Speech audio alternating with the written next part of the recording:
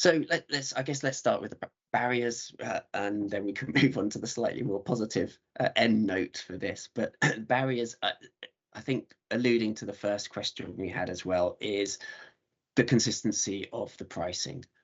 If we look at California right now, for example, the pump price of hydrogen is hitting $35 a kilogram. Now, if you're running a fleet of logistics vehicles in California and you want to fill your fleet up at $35 a kilogram against the pump prices for diesel of, $1.50, $2 a gallon, then your business will not survive. It's that simple. In 2022, the price was about $15 a kilogram.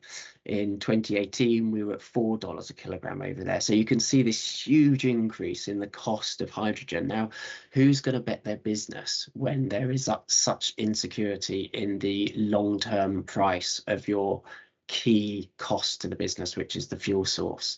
And because of that, we're seeing station closures over there. So rather than continuing to build the stations, because the cost of hydrogen means that through either lack of supply or lack of demand, a lot of the number of the stations are closing there, and that in turn is leading to I've heard news of lawsuits now from drivers of Toyota Mirai out there who are taking Toyota to court, saying that you had promised we could get hydrogen for our vehicles and now we can't. So we have to be really careful how these situations can spiral into really negative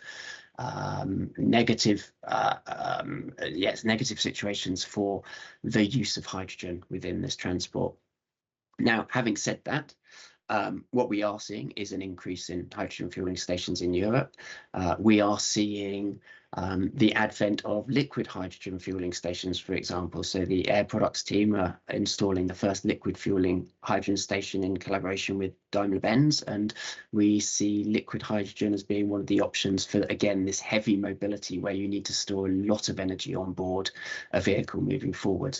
And I think that brings us sort of round circle to the last point about the promising application.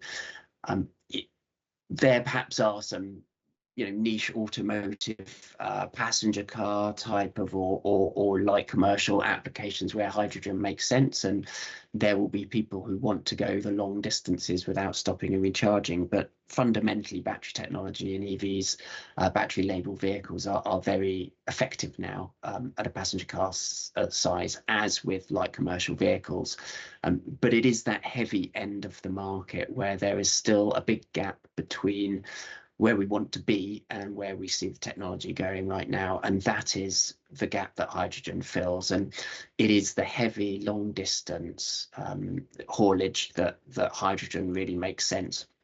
But to facilitate that, we will need to make sure that the fueling infrastructure is in place to support those cross-continental trips, and that will be really key. It's no good for a hydrogen truck to get to the ferry in Calais and come across to Dover and then realise that they can't drive anywhere further up the country because there's nowhere to stop and fill their truck on the way. And that's the key. We need to make sure there's interoperability across all areas where this use of hydrogen will be required for logistics, because today, as I say, the battery technology we have doesn't have a roadmap to allow us to continue with the 44-ton trucks around Europe as they are.